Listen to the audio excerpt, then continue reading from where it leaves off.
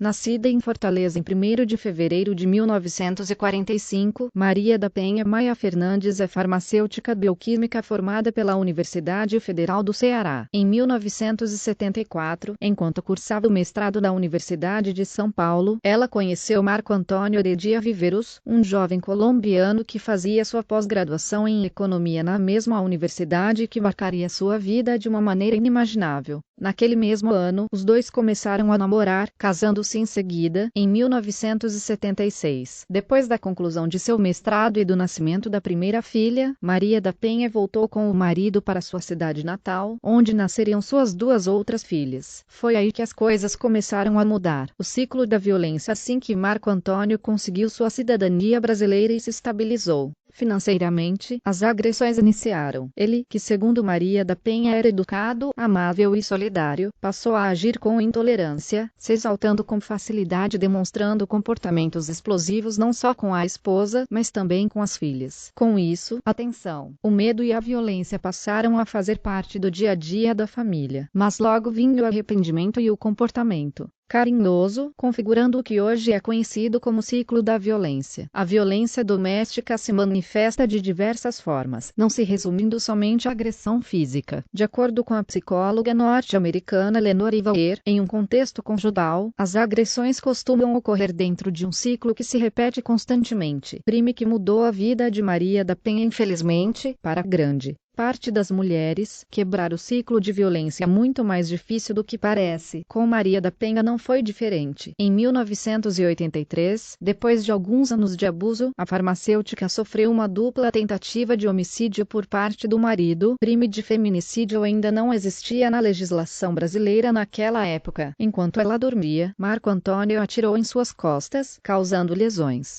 irreversíveis que a deixaram paraplégica e, obviamente, traumatizada. Ao programa do Porchat em 2018, ela contou que, ao tentar se levantar da cama para se proteger e entender o que tinha acontecido, ela não conseguia se mexer e pensou: "O Marco me matou". Por sua vez, Marco Antônio disse à polícia que a família havia sofrido uma tentativa de assalto. Durante os 4 meses em que ficou no hospital, Maria da Penha passou por cirurgias, internações e tratamentos. Quando voltou para casa, seu agressor a recebeu com 15 dias de cárcere privado e uma segunda tentativa de homicídio, na qual tentou eletrocutá-la durante o banho. Com a ajuda da família e dos amigos, ela conseguiu sair de casa com apoio jurídico, eliminando a possibilidade de que sua saída configurasse abandono de lar e ela corresse o risco de perder a guarda das filhas. Depois da luta pela liberdade, a luta por justiça não bastasse ter quase perdido a vida 2 vezes, Maria da Penha ainda se viu vítima das próprias instituições que deveriam defendê-la. Somente em 1991, 8 anos após os crimes, Marco Antônio foi julgado pela primeira vez. Apesar da sentença de 15 anos de prisão, com a ajuda de recursos, seu agora ex-marido saiu do fórum em liberdade. Mas a cearense não estava disposta a aceitar o desfecho daquela história, e seguiu lutando por justiça enquanto escrevia seu livro Sobrevivi e Posso Contar, publicado em 1994.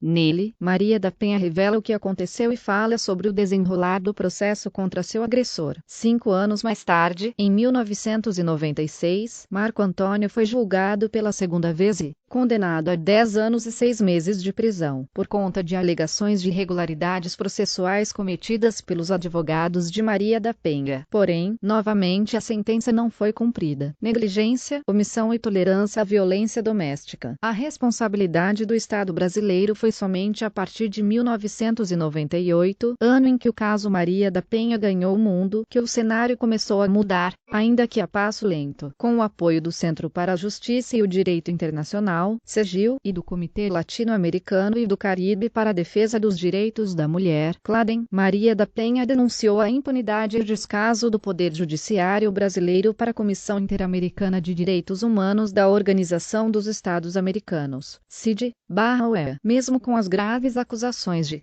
violação de direitos humanos, o Estado brasileiro não se pronunciou ao longo do processo, que durou 3 anos. Finalmente, em 2001, foi responsabilizado por negligência, omissão e tolerância à violência doméstica praticada contra as mulheres brasileiras. Mais do que uma punição e um empurrãozinho para que a justiça fosse feita, esse movimento significava o reconhecimento de que a história de Maria da Penha não era um caso isolado, e sim um exemplo da impunidade sistemática garantida aos agressores no Brasil. Com isso, a CID deu 4 recomendações ao Estado brasileiro. Resumidamente, elas eram: finalizar, de forma rápida e efetiva, o processamento penal de Marco Antônio Heredia Viveiros, responsabilizar os envolvidos nas irregularidades e atrasos do caso Maria da Penha, oferecer uma reparação simbólica e material à vítima, realizar um processo de reforma, de modo a evitar a tolerância estatal à violência doméstica. A criação da Lei Maria da Penha. O que levou o caso de Maria da Penha a tomar dimensões tão grandes foi justamente a mudança de chave na forma como os crimes de violência doméstica eram vistos e julgados. O fato de Maria da Penha e tantas outras vítimas desse tipo